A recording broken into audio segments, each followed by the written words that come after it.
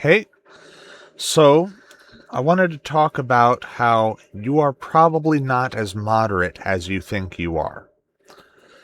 Uh, so what inspired this topic was about a week or so ago, a guy commented on one of my videos, and his handle was millennial centrist.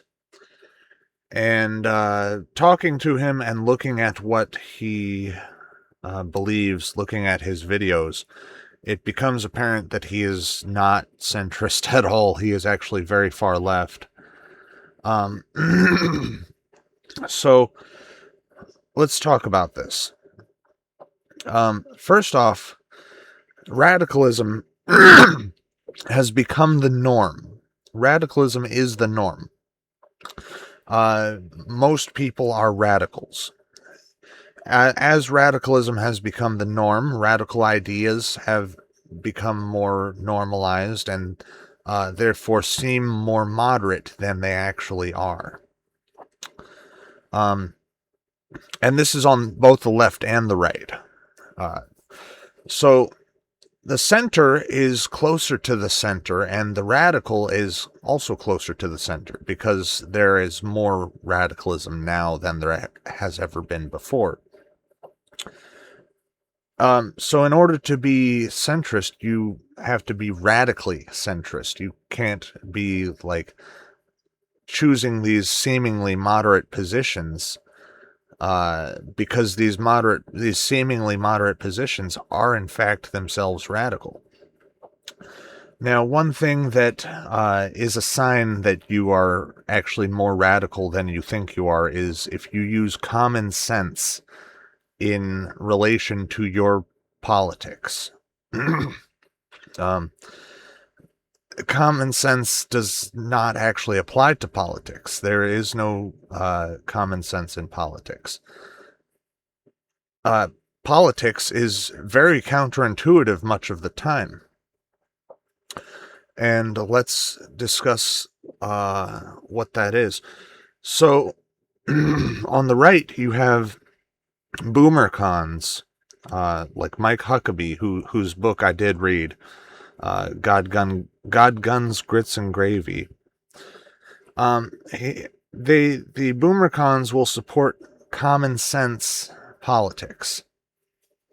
And what this entails is essentially radical capitalism, radical nationalism, radical freedom. And this is not really common sense. This is radicalism. It is radicalism. Another point that we could make is gun control, because millennial centrist himself actually used this term, common sense gun control. And he points to Mississippi as his reason why. He does, in fact, confuse some information here. So he says that Mississippi has the highest homicide rate in the United States. That is not true. That is not even close to being true. Mississippi may have the highest rate of gun deaths, but that's not the same as homicide. Gun deaths includes accidental misfirings and suicides. And as I've said before, when you decriminalize guns, when you have more guns, you do get more gun deaths. But you reduce the gun homicides because criminals are much more wary about committing crimes when there are more guns around. If you look at places like Detroit or Baltimore or Chicago, these places, or New York City, these places have very strict gun control, and their homicide rate is off the charts.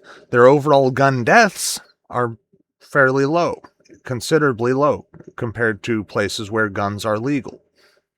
But their gun homicide rates, if you take the 5 cities just the cities, not the states, but the cities, the 5 cities with the with the strictest gun control in the United States, and you remove them from our measurements, the United States ceases to be one of the highest gun homicide places on Earth and moves like 12th from the bottom.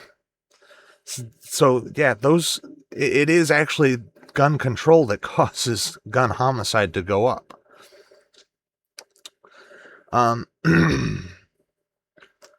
So gun control is actually counterintuitive.